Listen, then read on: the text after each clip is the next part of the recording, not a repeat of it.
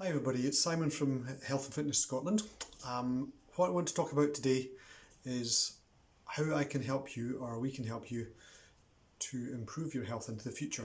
Now, people come to see us generally with a specific injury, some sort of pain, some issue that's affecting their life, and our initial job is obviously to help you heal from that and get to where you want to be and back to some normal form of life. But what I also see as part of our job is empowerment, or more specifically self-empowerment. Let me explain that in the way that we can help you to live the best life that you can. And there are certain areas that you need to focus on to not only to help yourself to heal properly, and you can actually help yourself heal in a better fashion, more efficiently, and heal in a way that will help you into the future, but also to help you in your later life to be healthy, strong, fit and well. And there are certain areas that you should concentrate on. I'm just going to chat about them just now. So the first one, and probably the most important, is diet and hydration. 80% of our performance in life, from getting up in the morning to sleeping at night, is down to what we eat and drink. And that's especially important if you're exercising. Many people go to the gym and they don't see themselves getting anywhere. That's because they're not eating or drinking the right amount or the right sorts of things. Your diet should be as clean as you can get it. It should be free from processed food. The three main culprits are gluten, dairy and sugar. And the forms they take in modern life are not the same as they used to be. They're much more processed, much more chemically ridden, and they make your body work really hard to process them. So if you can do three small things, it's to get rid of dairy, get rid of gluten and get rid of sugar. That's the first step. Eat as organic and as clean a diet as you can. Try and make sure the food that you put in your body is of as good quality as you can make it. And that means that the return you're going to get within your body is going to be much greater. Your body's not going to have to work really hard to process the food and to get the nutrition from it. It's going to work less hard, it'll have more energy for giving you the life that you want. Hydration. Now this is something that I come across all the time. You think it's really simple, well, you just drink water. Now many people I come across that don't drink enough water. Rule of thumb, and I got this from Stephen Clark at the Kilted Coaches, and a general rule of thumb is to drink 1 litre of water for every 25 kilos of body weight. Now it's a general rule, it's going to vary from person to person, and you'll find the level that suits you. If you're feeling thirsty, you're already dehydrated. You should never get to the stage where you're feeling like you need a drink, so you should be drinking regularly. I'll repeat that again, 1 litre to 25 kilos of body weight. That might sound a lot, may sound an awful lot more than you're getting, but once you get used to it, your body will actually crave that. A lot of people think that fizzy juice hydrates you. It doesn't. A lot of people think that tea and coffee hydrate you. They don't. The reason for that is caffeine. Caffeine is a dehydrator. It sucks the moisture from your body and it just makes you pee it down the toilet.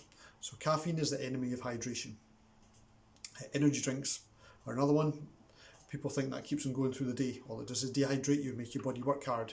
You should aim to drink 2 to 3 litres of water, clean water, and preferably filtered water, because the chlorine that we have in our tap water, although here in Scotland it's some of the best in the world, the chlorine still is a toxin, although it cleans the water. So you should try and filter your tap water if you can. It'll just make it much more easy for your body to absorb it and use it. So that's diet and hydration. Exercise. Our bodies are designed to move. They're not designed to sit all day. Your body is an adaptation machine and it will adapt to whatever you do. If you sit all day, your body will get fit for sitting all day. You need to move, you need to get up regularly, you need to use the muscles, you need to use your joints, the ligaments, the nerves and the brain, and exercise is the key to that. You need to get hot and sweaty, you need to get out of breath, you need to get your heart rate up, and that's how you get fit. The endorphin release you get from exercise can make you much more alert, have much more energy, sleep better, and the knock-on effects for your brain are greater as well. So stop sitting around, get up and move your body. Fresh air. We sit inside stuffy offices all day. We go home, we sit at home at night, and your body's not getting that oxygen level that it needs. Outside, the air is much cleaner, depending on where you live, of course, and also you're going to get the sun. Maybe not so much in Scotland, which is why people should take vitamin D as a supplement, because 80% of people in Scotland are roughly vitamin D deficient. Sunshine is our main way of gaining vitamin D, and you should get outside and have sun exposure on your skin for at least 20 minutes, and that's what your body needs to produce the amount of vitamin D that it needs for health. Not only that, if you're outside you tend to use your body more, unless you're sitting in the beer garden in the pub. Now that's not what I'm recommending. I need you to use your body outside to move, to get some exercise, to breathe fresh air in deeply, and that will clean out your lungs. Breathing as part of that is really important. As we sit and we're sedentary, our lung capacity tends to get less because we breathe less. Breathing deeply is really important. It cleans out that bit of air at the bottom of your lungs that tends to sit there and never get used. Oxygen is extremely important for all aspects of our physiology and body working, so breathe deep every day, outside, and preferably fresh air. Middle of a city, maybe not. Go and find some of the parks that they have there. They're always somewhere, even if you travel a little bit. Getting out in the fresh air is extremely important, not only for health in general, but also for mental health too. Sleep. Again, as a nation and a culture now, we don't sleep anywhere near as much as we should do. Between 7 and 9 hours is what everybody should get of uninterrupted sleep.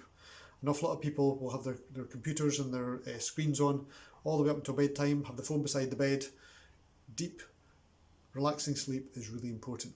So screens should be turned off up to 2 hours before bedtime to give your brain a chance to calm down from the blue screen. The blue light, which is what we get first thing in the morning as the sun comes up, releases cortisol, which is the waking up hormone. And you should reduce that at bedtime and be exposed to more of the red light spectrum. So salt lamps are extremely good for that. Put in the screen changer on your computer to red light spectrum. It's also good, but try and shut everything off around 2 hours before bed. Do some relaxing, go for a walk, read slightly, talk with your partner, whatever.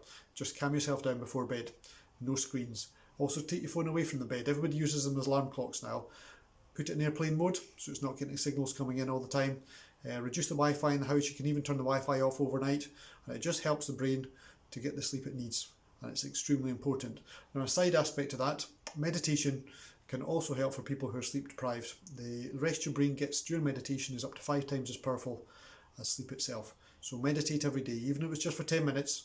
It's getting the brain into that relaxed mode. It's becoming more aware of your thoughts. You're not just running on in the treadmill of life. It's making you stop. It's making you become more aware. So meditation is extremely important as well. And that takes us into mindfulness. And your mind and your body don't separate. Whatever you think affects your body, and whatever goes on in your body affects your mind. It's a circular system. You can't separate the two. So be self-aware, practice meditation, read the right books, listen to the right podcasts, train your brain in the way you want it to develop. So I'll just reiterate that again. Diet and hydration, exercise, fresh air, sleep, mindfulness and self-awareness. If you have all that covered, then your brain and your body are going to be in the place you want to be to have the best life you can. Anyone needs any further reading material, I can't recommend this book enough. It's by Paul Chek. It's called How to Eat, Move and Be Healthy. It more or less covers all aspects of what I've talked about today, and very easy to read. The chapters are set out really well, diagrams follow on really well, and there's a plan for life in here, and if you follow this you will undoubtedly feel better. And it also takes into account that everybody's physiology, brain and makeup are different, and different things work for different people. So read that book, listen to your body and look after yourself. And thank you very much, and we'll speak soon.